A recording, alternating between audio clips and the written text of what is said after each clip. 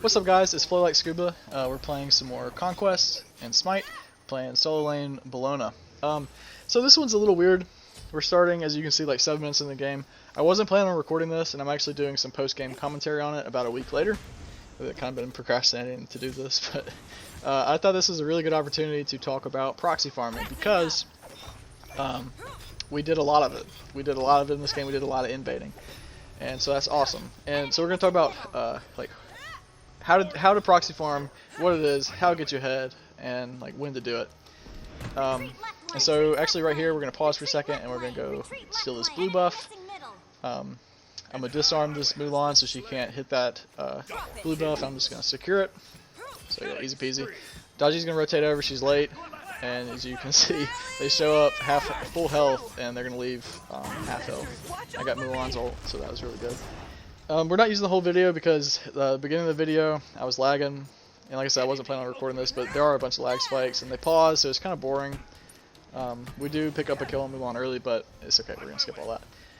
And then we're gonna skip the end of the game because their Poseidon quit and just sat in Fountain, and their Dodgy just jumped around a lane and stopped playing, and they didn't surrender.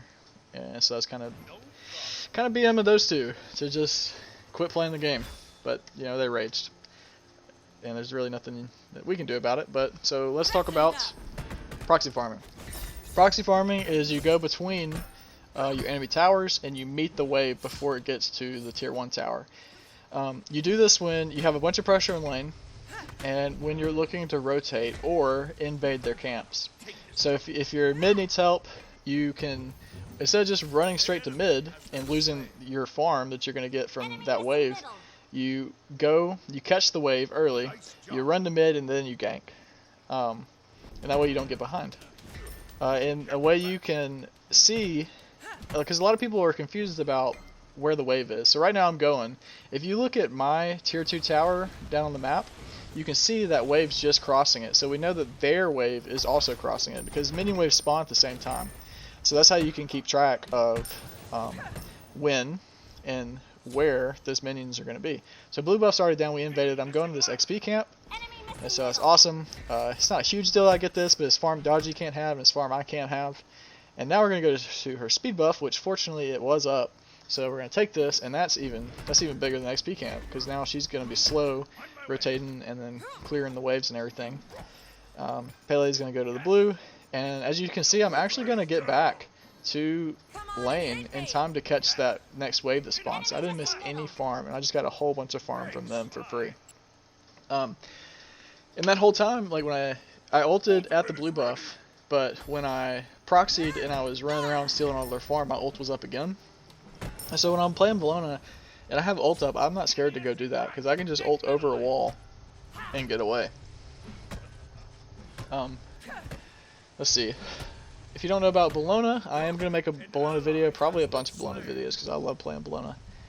Her one is a dash.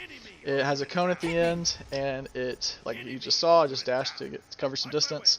I'm going to go to it for a gank here, so we'll talk about that. I have my ult up.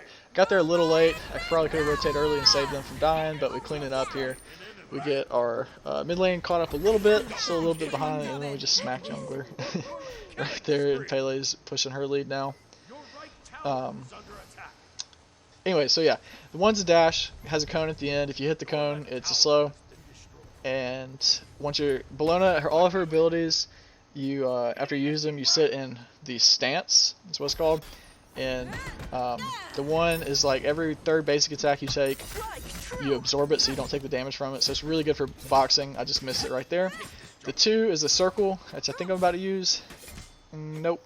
Okay. 2 is a circle. The more enemies you hit in the circle part of it, the more damage you do on the line ability, which is like the last part. So you go circle, you go up, and you do like an overhead smash.